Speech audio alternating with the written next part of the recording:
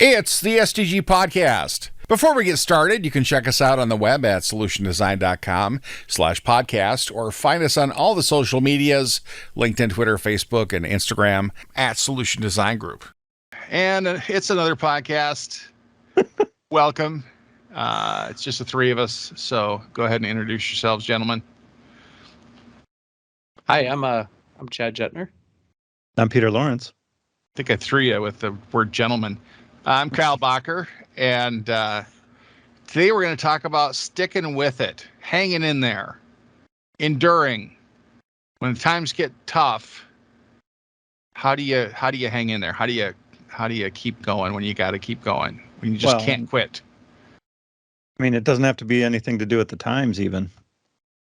No, it can be you. Yeah, like just getting worn out, getting beat up, but you still have to go to work and keep the lights on and keep food on the table. And yeah, Chad, I'm reminded. How do you do it, Chad? How do you hang in there? How do you maintain that positive attitude? Have you guys ever heard the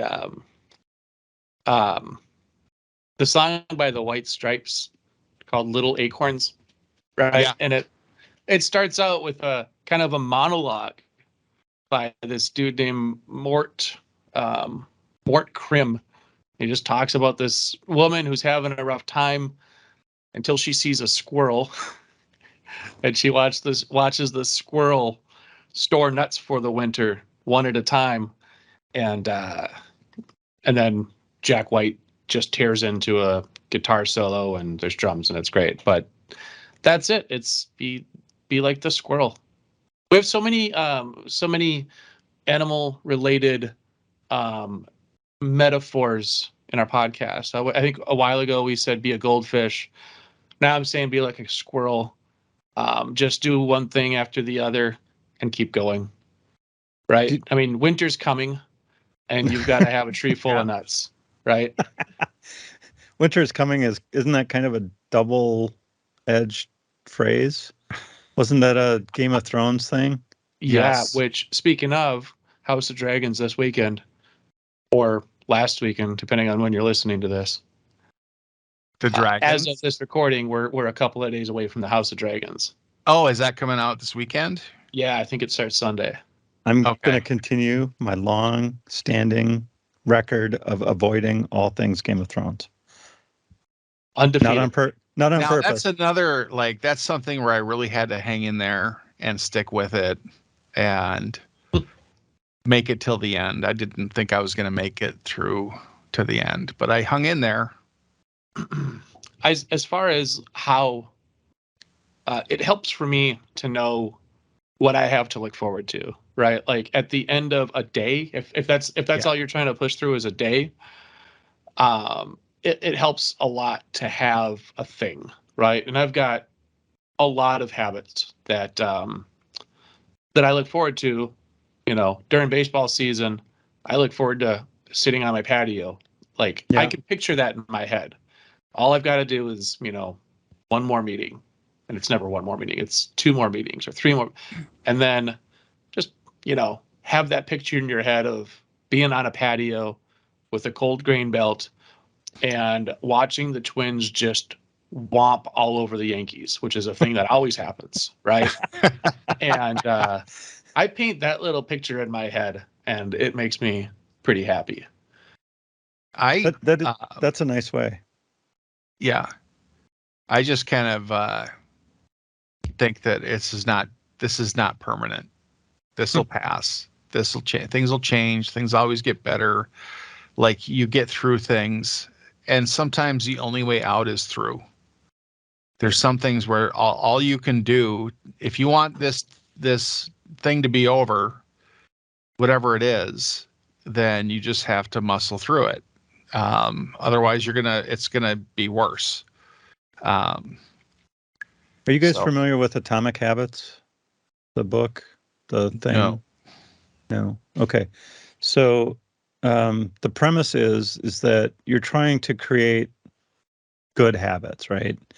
And and this is not the only book on creating good habits, like sitting on the porch with a grain belt, watching or fantasizing about the Twins beating the Yankees, whichever it may be that day.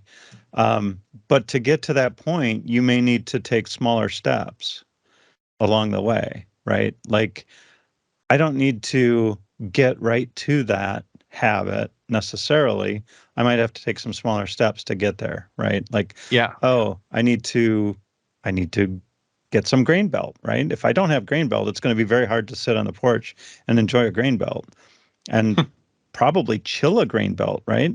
I mean, maybe Chad's capable of doing room temperature grain belt. I'm not. Have I'm you not a fan heard the of the napkin trick? Paper no. towel trick? Wrap it in a wet napkin. Yeah, you take a room temperature grain belt or whatever beverage. I can't imagine it would be anything but. Get a napkin damp and put that in the freezer, and it will chill the entire bottle within 15 minutes. Okay. So So it's a great trick. Sorry to interrupt. no, again, that's a great thing, right? Like, I don't have any of cold, and believe me, we're just using grain belt because it's a fun thing to say. We're not encouraging grain belt or sponsored by grain belt yet. Anyway, the idea of doing that small little act of putting in the freezer for 15 minutes speeds you along to the place where you want to be, right? And it's Yeah. a habit. It's a little step to get there. And sometimes Monday morning hits and it's morning and you got a long way to look for that porch time, and you just kind of have to push through some of the things, and Like getting those habits help. Yeah. I think part of the issue is it's like this, not this one big effort to push through all the way to the end. It's the effort to get past like those moments of frustration and rumination and defeat and all of those feeling, like the feeling of, all that pressure or whatever it is that's like bringing you down, that's sucking the life out of you. You'll have those moments and you got to get through them, Right. to where you're just kind of back in the zone, getting stuff done. Cause that's going to make things go faster. Then you're getting more done, you're accomplishing things, and then you build up some momentum, and then it's not so bad. During the day, if I am having a rough day, I've got a new habit. I carry my iPad with me all the time, and I will. Nobody listening without a visual is going to see this, but I tend to I draw my wife notes. Oh, nice. So, yeah, just draw little notes. This one says Andrea, and it's a picture of Yoda, best wife. Picture of Yoda, and then the words best wife. Purportedly a picture of Yoda. It is. Is Baby that Yoda. all? Is that using your finger, or do you have a stylus? This is using. I got a little Apple Pencil. Okay. Which I was initially skeptical of. I am now a huge, huge fan, between its ability to recognize my handwriting and just the effort of taking the time to write an actual note. Like in meetings, I'll just write notes using this now. It's great. There's no lag. There's no delay. It feels like you're actually writing, not like older versions of this idea. Like there was always like a stupid delay, but it was stupid enough to make it like not good. It was just enough to put a blocker there, right?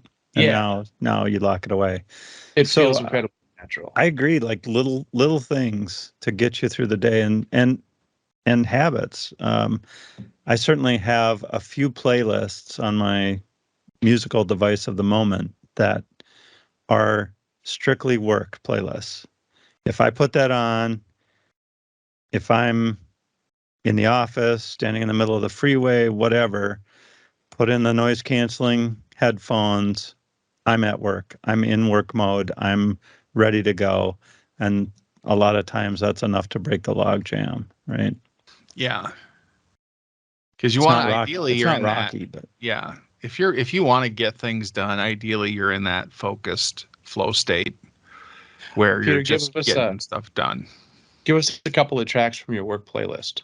It's probably nothing that you would know. I mean, it's like techno. No, Gareth Emery is a good one. Concrete Angels is one of the ones that just kind of like it sits in the background. It takes away the noise, takes away the stress, and it just focuses. Lyrics Right, are just instrumental. All instrumental. Yeah. Well, there's probably some lyrics in there, but I've listened to it so many times I don't even notice them anymore. Yeah. That's the part about that's the thing about meetings that I get annoyed by the most, right? Like if I'm in a meeting, can't really have music playing, especially when we're working remote, because then you're, you know. And so I get frustrated when I'm in meetings like throughout the day, because I do the same thing, Peter. Like I don't necessarily have like specific playlists in mind Sure. that I just let, you know, Spotify will play like give me Delta Blues today or whatever, Yep. and it just does it. And that keeps me calm and relatively happy. But then if I'm in meetings all day, the lack of music adds to my tension. I've been wearing it right here, like the base of my neck where it meets the shoulders. That's where all my tension lives. And as long as I can keep it, did something just boink? Yeah, that's my phone. I got a text for some reason. I usually remember to mute it, but today I did not. So Oh, apologies. That's all right. It's a funny interruption. So, Chad, you bring up sort of the remote versus in-person thing. Have you ever had meetings where you had music playing? Mhm. With work Yeah. meetings? Oh, cool. Well, kind of. I mean, I would have music in my background and forget to turn it off, and then it turns out, you know, that at least with Teams, it screws up Teams. It thinks you're No, always. but I Oh, mean, in noise person. canceling. In Oh, in person, person. would you ever have music just kind of going? Have you Yeah. ever done that? Oh yeah. Okay. Like, yeah. Um, yeah, I've done that before. I don't think I've been in that environment No. where maybe, well, even working in like a warehouse, you couldn't have music. It was denied. So Yeah. I have a Yeah. problem hearing people if there's too much kind of ambient noise in the room. So to me, it's kind of distracting if I want to focus on other people. I don't We listen had to music when I'm working. we actually wrote a little utility. So prior to SDG, we had a small office, and we would have Sonos devices throughout the office, right? But all Sure. tuned to the same thing. We actually, since nobody really allowed playlist sharing, we had a little web page where you just throw in a song, right, that you want to have play, and we actually have we had this cool office playlist contributed with contributions from everybody. Oh, nice. And it was awesome, especially once everybody got off the novelty of the idea. Like, you know, somebody be like, I'm going to play this really stupid song. Ha ha ha. It's really Yeah. funny. Well, okay, that's great once or twice, but like it gets annoying fast. Nobody But we did wants have that much this, Baby like, Shark. yeah, exactly. Now people are going to be hearing Baby Shark, but I've been in an environment like that where we've had the music going constantly and it's tuned to like, and it's something everybody contributes to and Sure. actually made for a fun atmosphere. And Like, Kyle, really, you said you had trouble, or currently have trouble with music and work. If I want to talk to people and be in a meeting, Yep. then to me, music is going to be really distracting. If it's too loud, Right. then I'm going to have trouble hearing that person. Like if I go out to like a happy hour or something and it's a loud bar, I'm not having a good time because I can't hear what people are saying. No, you're So doing a lot of lip reading. yeah. But you know, working with music, I haven't in a long time, but when I did, it had to be instrumental. Like if there were lyrics, then I was listening to them. So it has to pretty much fade away when you're working. You know, it's there, but it's kind of like having a fan on in the room. You know, you're not always hearing the fan, but it's still there and you notice when it's gone. Right. Right. Um, I I kind of have that same issue, but it depends on the genre of music, right? If it's rock, I can I I cannot ignore it. I'm listening to the music. Um, there are, there's people that work with TVs on or sports going at the same time. And Chad, I don't know if we've talked about Twins a lot, but I don't know if you're one of those background baseball kind of folks. I Yeah. find myself, I'm all of a sudden spending 99.5% of my energy watching the game, even if it's baseball. Not that baseball's boring, but Yeah, I do that. And actually, this is off on a tangent. The MLB, um, this year, I think it's for the first time ever, they broadcast a baseball game with no graphics and with oh, no announcers and with no nothing, just really? Oh, game. And it was amazing, right? Like they've tried this before.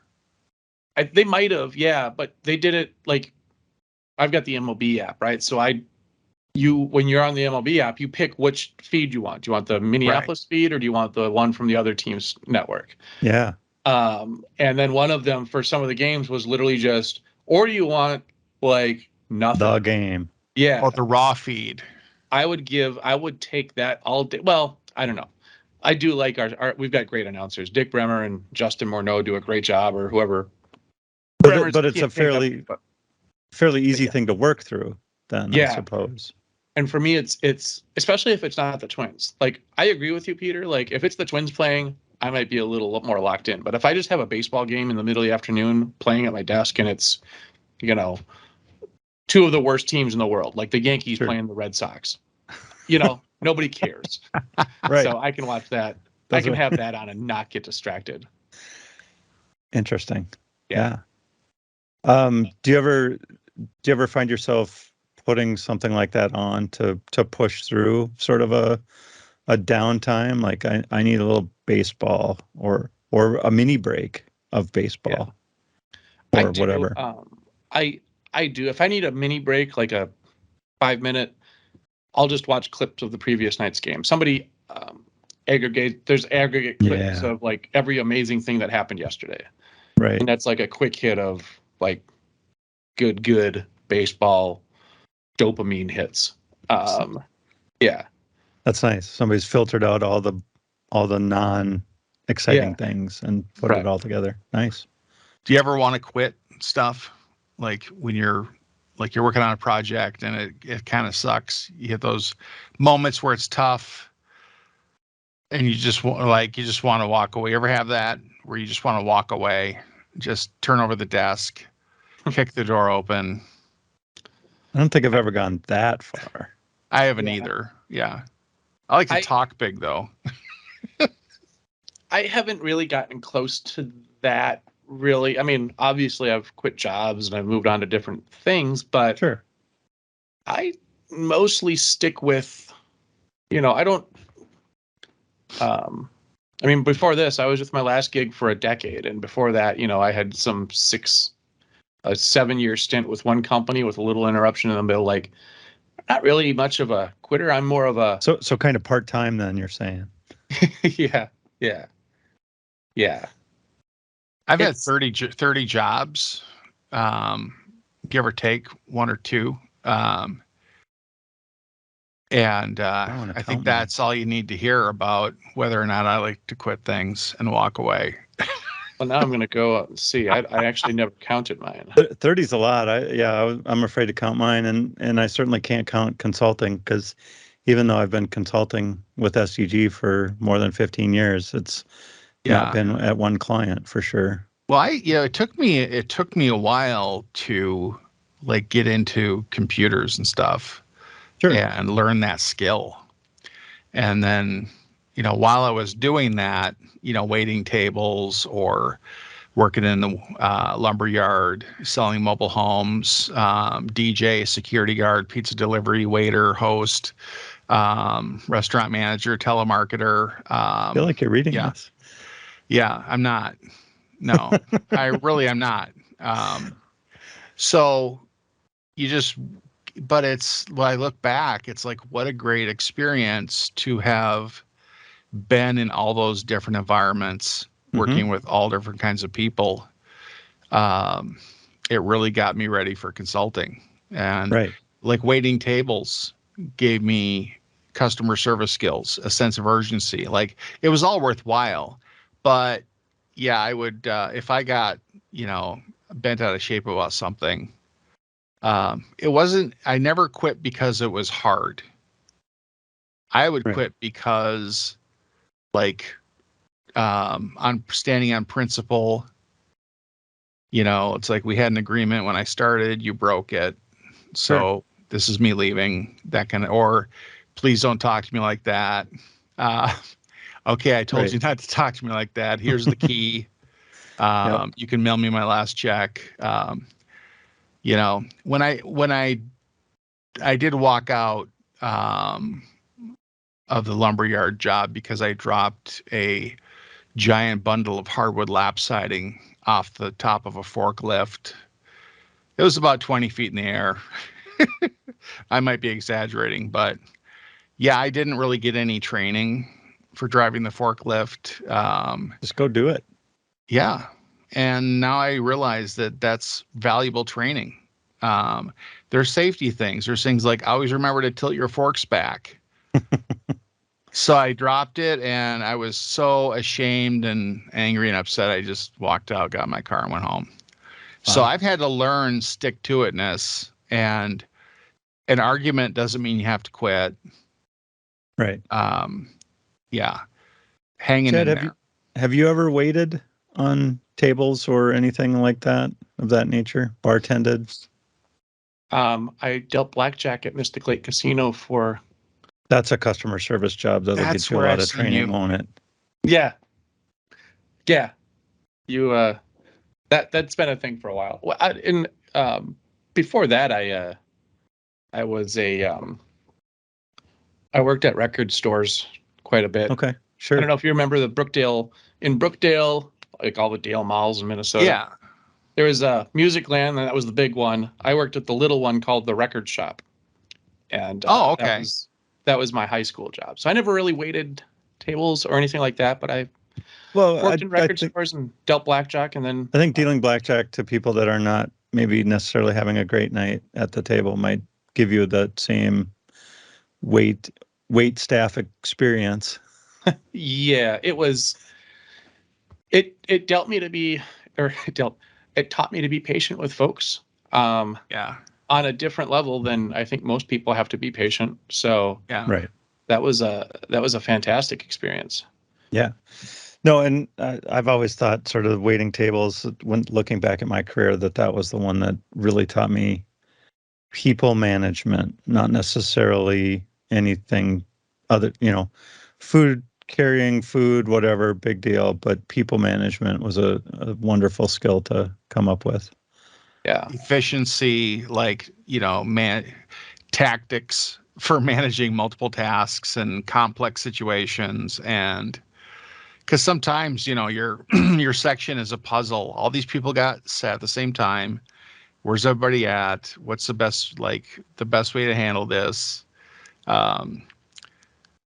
But the customer service, and part of the customer service was just learning to thicken your skin. And It's easier. yeah, because people are not always kind and polite and speak at a normal volume. And Yeah. Chad, as a blackjack dealer, you're dealing with disgruntled, unhappy people frequently. Yeah. It's kind of implicit in the gig. Yeah. Yeah. Not I don't know. everybody I wins think- all the time. Well, yeah, it's funny. Not everybody wins all the time, but the same people tend to lose 100% of the time. I appreciated the experience. I was happy that I didn't have to do it anymore. Yep. No, absolutely. Yeah. All right, back to pushing through. Pushing Right. through. We're trying to push. We need to push through this podcast. We do. Yeah. The toughest projects I ever had were the ones where I had to push through and um, are the ones I'm most proud of. Right. Looking back, like I managed to get through it and I delivered, and now I can And- move on. And And you never felt Yeah. that way during it, though. during it, no, I felt like it was the worst thing. Like, Right. yeah, like this is ruining my life. This project is literally ruining my life. Because I'm kind of dramatic and um, You've not don't always noticed. see the glass as being half full. So a lot of the stuff, I'm sure I was creating my own drama and Ooh, misery. Um, sure. Looking back, like if I had just not cared about certain things that I didn't really have to care about. Um, yeah. So That's a good point, though. experience. Experience and caring about the things that you need to care about and not caring about the things that you don't need to care about. Yeah. And I I think think dealing too. dealing blackjack and waiting tables helps with that quite a bit too, right? Yeah. Well, I think one thing, like when you find yourself in a situation where you're like, okay, life sucks right now. This project is ruining my life. It's wearing me out. I'm down to my last, whatever you call it. The tank is empty. hmm Um, yeah, I forgot But where that was going. Yeah, but the reality of it is you're not trapped in a boat under the ocean at the time right. necessarily. You're not in a bear trap out in the middle of the woods with your, anything like that. It's I mean, It's being, optional. being a consultant is it's a pretty uh, easy task We most of the ain't digging time. coal. We are Um, not digging coal. it's not a physical job where we're Right. like exerting our energy, and like the kind of job that is going to make old age pretty painful, joints and things like that. But mentally, there is a drain. It's There's mentally still taxing. right. It's not zero. Yeah. But again, it's not like doing the same mundane suffering day after day after day. Well, It's and interesting along the way. most of the time, there are times where does get a little mundane, and those are some of the things that we're talking about with pushing through, right? Like, oh, my tasks are not I'm not doing the most exciting software development that exists right now, or I'm formatting web pages or changing. Well, what were Yeah. you mentioning? Changing the color scheme of buttons or something like that. Yeah. Themes, like, Themes. which is just a color scheme, font, whatever. Yeah, Yeah. it's a thing that And needs to be done, yeah, and you're the guy, right. and I've got sometimes the you got to push access, through the that, admin account, the PowerShell. Yeah. right? But the mundane stuff, um, it's like it just needs to become like routine, Right. like part of your routine. Like there's these things you have to do. Like, oh, I don't want to do this every day. I don't want to have to like record my time to this level of detail. And it's a pain, and figuring out all the stuff or taking notes as you go. Like that's a drudge Right. and not super productive, at least not for me. Like, are you actually going to do something with this information? Are you actually going to like use it, analyze it, and just make decisions based on it? Or was it something you thought we should probably do? I think we should do this. Okay, let's do it. Um, Right. so if my biggest obstacles to get through is doing stuff that I don't think is necessary, Right. but I've lost the argument. We've talked about that before, right? You try a Uh, couple of times, and sometimes you don't win that argument. yeah, and then you find yourself doing tasks feeling like they're not worthwhile, and that's frustrating. Um, Yeah, I don't lose arguments. That's how I get through that. I'm I just giving him the evil eye now for the people that can't see. Not going to argue this with you. Well, or maybe you've learned to convince yourself that you Yeah. didn't lose that one. That was my idea all along. Yeah. Chad, what is your tolerance for frustration? Like, can you take a lot of it, or It depends on my ability to control the situation I'm frustrated about, right? Like I get frustrated with myself constantly, right? all the time. But if it's not a thing that I have any control over anyway, the frustration is artificial and it's meaningless. Like, who cares? Right. Right.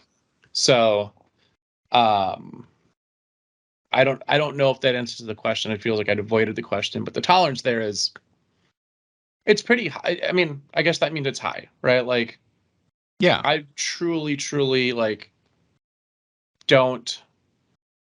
I get annoyed frequently, which is a cousin of frustration, but not, they're not kissing cousins. They're in the same ballpark. But like um the whole angst around being frustrated, I don't really bother with that. I get tired, right? Like, if there's a lot of things out of my control that I probably should be frustrated with, and they add up, I just get tired instead of getting frustrated. And that's what leads us to just getting through. So I don't know. Is that a good answer? Seems Yeah, kind of like, and let me run with that a little bit. I know I've talked in the past about, if as a consultant I'm willing to, if you tell me that you need me to wash your car, I will do that, right? And you've said no, I won't do that. But if it's, software related and and pertinent to the project, you happily do it. And I've kind of exaggerated. Obviously, I've never been asked to wash somebody's car, thank goodness, because that would be a tough call to have with my consultant manager. Be like, they're asking me to wash their car, and I'm not really sure how to do that or what to do with that. But there are tasks that you feel not necessarily beneath you, but certainly this is not what I signed up for. This is not the Right. fun thing that I wanted to do. I really don't want to do this with this data right now, but I'm willing to do it for a little bit and push through. Yeah. I think that once you've lost the argument and then you have to do stuff that you don't necessarily agree with, like you still want to have the kind of work ethic of giving it your best. Like, Right. Give it your 'cause all. that's the stuff where you really want to phone it in on. You're like, oh, I'm just going to do this, just going to get through it. I believe the term is half-assing it. But even though as developers, like, half-assing it. I mean, if somebody's forcing you, I'm framing this as somebody forcing me into like an anti-pattern for a solution, right? Right. Even in that case, there's still ample opportunity to learn, to pick up something, right? This is the wrong thing to do. Right. Don't make it worse by being, don't make it worse by like intentionally making it a non-performant solution or a non-optimal, like whatever. Yeah. But use that opportunity to, really, really drill home in your head, like, oh, this is why this is an anti-pattern. Well, this is horrible. It's going to be horrible. It's going to be unmaintainable and horrible. You're writing notes for your upcoming blog on why you should never do this. Yeah. Yeah. I mean, even having to implement an anti-pattern is an opportunity to learn a lot about anti-patterns. Right. Huh. That makes sense. It almost does. I kind of want to. And even taking a little further, right? Like, yes, this is an anti-pattern, but maybe I can, you know, work some of the pattern into the anti-pattern and make it not so horrible, right? Yeah. Yeah. I think I just have learned to break things down into the smallest bites possible. You know, instead of trying to do the whole thing at once. That's helpful because you're focused on something that's much more manageable. And if you keep, you know, these future tasks that are after you get this one done, Something to look like forward to. stuff you don't have to worry about in the moment. Like you're worried about that one task you're doing right now. You might be thinking about how this impacts future things, but you don't have to take on the burden of worrying about all of it and having to do all of it all at once. So you can Right. just say, you know, this stuff, the other stuff's going to take care of itself as I get to it. So I'm just going to like focus on getting this one thing done today. I want to get this done, or this done this week, and then I'm going to worry about the next thing I have to do. And as you break that stuff down, it becomes more palatable. And then while you're doing that and actually getting stuff done, then you can, you know, you kind of increase your momentum and you feel better about things because you're making progress. Right. Like if you feel bad um, because your house is a mess and you're feeling about that every day, it's like, well, that feeling can go away. Um, go clean it. Like it's amazing how better you can feel pretty quickly just by starting to clean it. It's like, yeah, it's physically more difficult, but Right. the mental weight of it, you know, can be reduced immediately. Um, and then like expectations of myself and expectations of like, or what should be, this shouldn't be like that. That shouldn't be this way. It's like, yeah, getting that out of your head, and lowering your expectations a little bit if you need to, if they're too high, um, letting go of perfection. Like, let's focus on good. Let's make this really good. Really good Right. is not perfect. Chad, I don't know if you even live in that space where there's any other option but perfection. The projects that I've been on lately, um, no, I don't know. I mean, I joke about it, but I mean, we don't have a lot of real wiggle room outside of being absolutely perfect. Hmm. That's, yeah.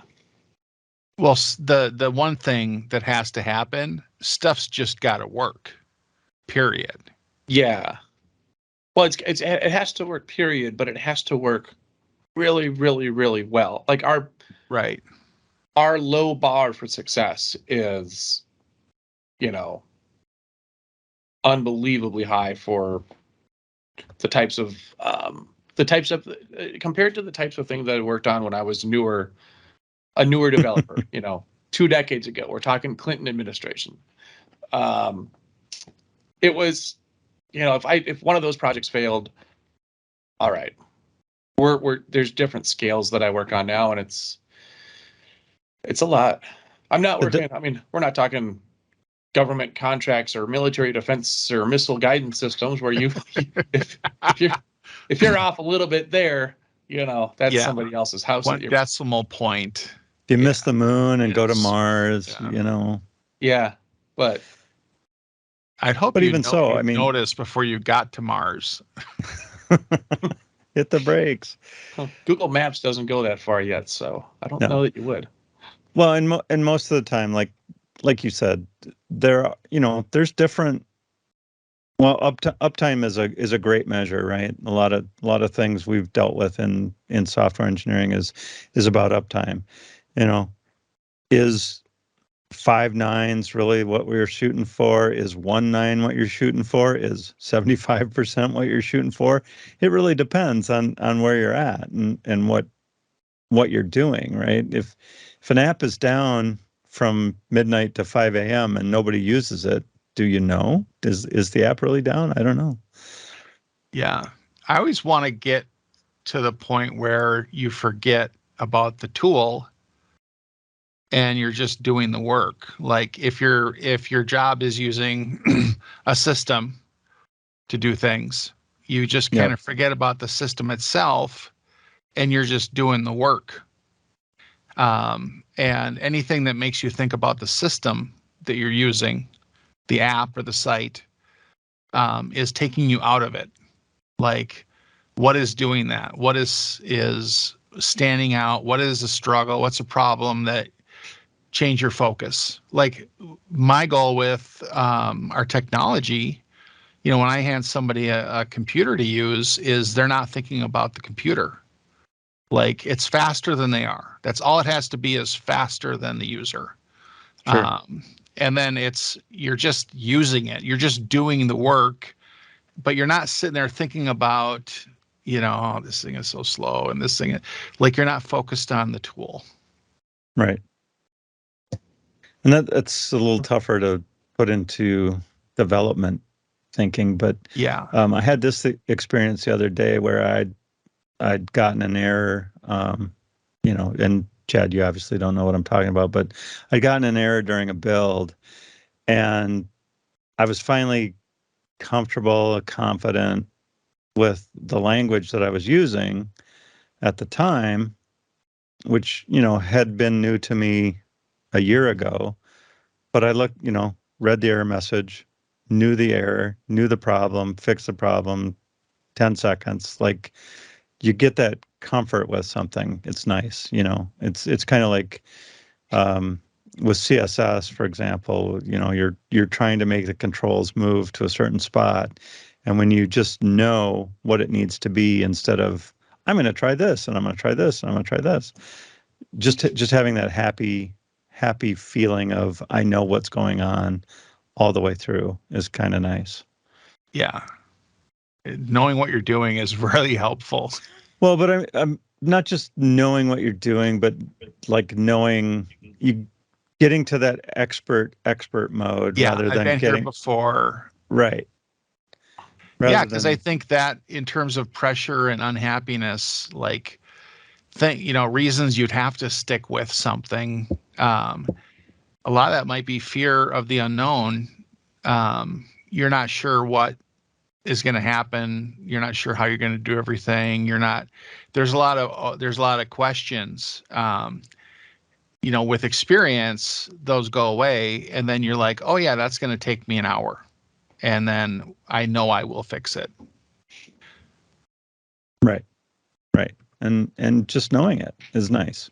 Yeah. And helps you push through some of these things, right? Like I'm not going to be dragged down because I don't know if it's a 1 hour or an 8 hour project. I know it's a 1 hour thing. And so I time boxed it and I know it's going to be short. Yeah. Chad, how much does just worrying about stuff change it? 0. Now, It's could you just convince me of that? Because I'm a worrier. Yeah. It's a lot of worry. Worry has never fixed any problems. Oh, That I that's know true. of. So why worry? Yeah. It doesn't mean you don't care. It doesn't mean you're not invested in, you know, getting past whatever it is that's making you worry. It just means you're not sitting there after a long day of getting a lot done and doing, you know, a day of work you can be proud of, but then having a miserable, sleepless night because you're sitting there thinking about, you know, the big picture or whatever. Yeah. Yeah. Yeah. So I mean, when subconsciously, I think it's impossible not to worry about certain Right. things sometimes. And that's Yeah. why, like earlier I said, I wear a lot of tension in my neck. And well, it means you care. Like if you didn't worry, Yeah. you wouldn't care. But at the end of the day, I mean, I worry way less at this stage of my career than I did early on. Yeah. I used to worry about sounding and looking like an idiot in front of peers. I could care less now. I probably do to both of those things on a regular basis, but who cares? Why worry about that Yeah. anymore? Right? Like, yeah. That's a valuable lesson to learn, right? Like, even if I say something wrong, it's not going to follow me my entire career or my entire job at a client or job, whatever. It's like, I said something wrong, big deal. It happens. I Yeah. would always get super stressed out the night before a presentation or a big meeting, something like that. And I'd always worry if I would be able to like do well or not. Worried about my own performance. And then it just occurred to me one day that, you know, I've been successful at this thing for years. Like that guy is going to be doing that tomorrow. And he's been fine. It's gone well. It's been fine. You know, and you did your stuff. You're ready. Right. So why, like, what's going to be different? All of a sudden tomorrow you lose the ability to, you know, talk about the technology you're working with, communicating with people. You know, all of a sudden you're going to be horrible at it. No, like you have to trust the raw materials that make up who you are and your abilities to do things and just to be able to succeed at something. Right. And then you can lean on that and go, yeah, I'll be fine. I'll be fine. So you worry less. And I think the negative stuff is a lot of overhead on a project and on a person's life. Like if things aren't going well, it adds a lot of overhead, and a lot Yeah. of wasted time and a lot of worry and unhappiness. And so, Chad, how do you keep things going well so that you can reduce that overhead? I don't have a good answer for that. Happy hour. That's what it is. That's part of it. Well, No, you know, you do things now that are routine, like picking up yeah. breakfast sandwiches and setting up stuff for your team, making moments. And this is, you know, this is it's kind of essential, especially for like if your team does have, you know, and even if they don't, right, do these things and it helps everybody not even really relax at the end of the day, but like we said earlier, this is a thing that folks look forward to. So we are going to do happy hours every single week, at least one, right? Everybody kind of pivots their week based on that event. Right. So I mean, set up things like that. Happy hours on Wednesdays, breakfast sandwiches on, you know, a couple of times a month, right? Everybody rallies against that. And you can't really just do that. Like, you have to keep it on a good cadence. If you do it once a month, then, you know, like for us, our turnout at our happy hours, we get, you know, 75% of the team, but it's kind of a rotating Right. thing, right? So if I said I'm only going to do happy hour once a month, then, oh, okay, well, somebody might have a almost 3-month gap between being able to hang out with us. You miss one, you're at one, you miss one, you got to get 2 months later. It's horrible. Have things happen on a cadence that allows people to participate, give them something to look forward to, and be the kind of person that they want to be around. Yeah. It's so easy. The best advice I got was when talking to people, everybody's favorite subject is themselves. So that's how I communicate with art. I mean, I don't almost never ask. I never talk about myself unless somebody asks. I always ask folks about them, and that's an easy way to get people to open up. What did you ask me to start with? I think I fell off a cliff there. What happened? No, I think it's just improving morale and avoiding negative baggage on a project. And so by keeping like moods up and by Keeping the being team pushing through. cool to work with, easy to work with, helpful, asking somebody about themselves and showing an interest in somebody is a great way to connect and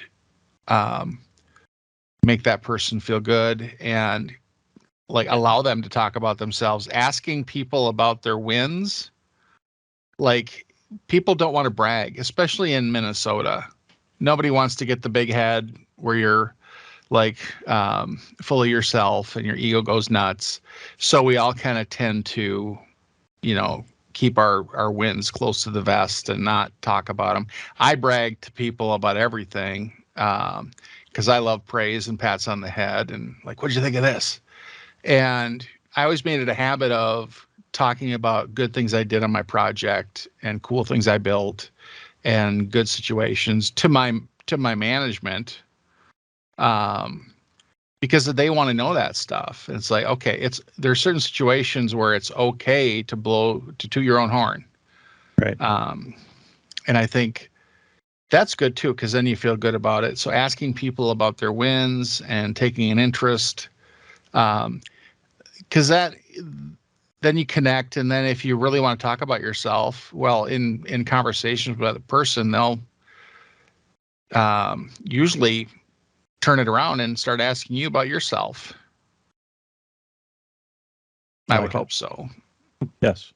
I guess that's my parting thought is just be easy to work with and try to keep it light and have fun, and don't worry about stuff that you don't have control over. Worry about stuff that's within your sphere of influence, and then trust yourself, and then endurance. Like that's why I can do tech support, is because I didn't stop when things got frustrating. I didn't stop when Windows update broke something. I figured it out. I fixed it. I dealt with it. I hung in there. So it pays off. That's it. Chad, parting thoughts? Be like a squirrel. Yeah. One thing at a time. That's it. That's how you push through. One little thing. I like it. I will say it's not about the pushing through, but it's about the result of pushing through. It always feels better once you're done. Yep. There's a payoff, a light at the end of the tunnel. And with that, I guess we'll say goodbye, everybody. Goodbye, So long, everybody. folks.